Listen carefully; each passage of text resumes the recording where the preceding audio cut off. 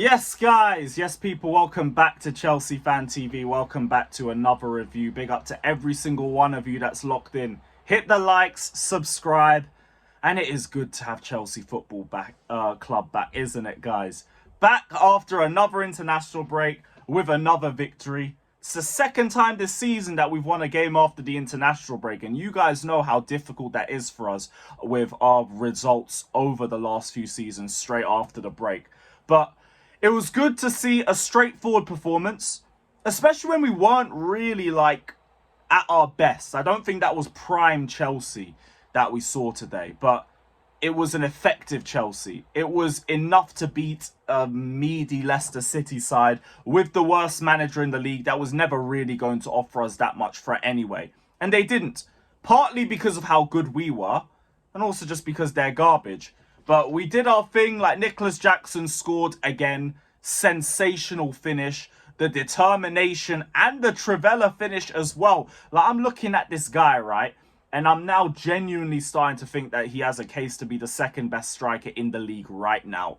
Because bar Erling Haaland, who is realistically talking to him with an argument that you can't speak against? Even your Isaks and your Watkins debatably are not playing to the way Nicolas Jackson has played this season. And it's about time we start giving this guy the flowers that he deserves, because we were so quick to criticize him last season, but we don't want to give him the praise this season. No, we're not doing it. Jackson, brilliant again, bagged again. And yeah, we needed an early goal because Leicester City's game plan was really to just hack Chelsea down as many times they could. They should have been down to 10 men before we even got to half time. There was an awful challenge on João Felix. There was an awful challenge on Palmer by Ndidi. Both of them were not given. Ndidi was lucky to even be substituted off in the second half because his performance was just kick Chelsea for fun.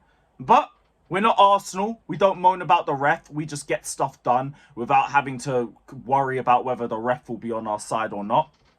And we handled Leicester City pretty well.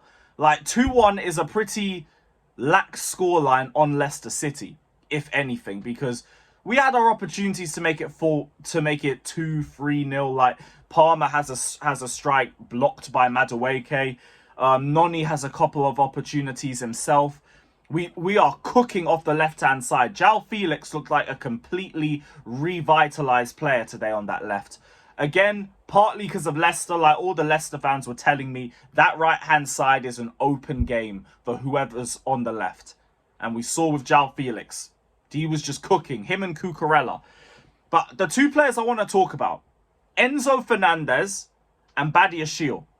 Two players who haven't been informed this season, who haven't been playing to their best, but both of them turned up. And I think Enzo suits oppositions like this, where the main aim is about just us getting the ball and trying to push it forward, because defensively, we can handle Leicester City. And we handled them just fine. Enzo just had to focus on dictating play and bringing the ball forwards, and he did it superbly.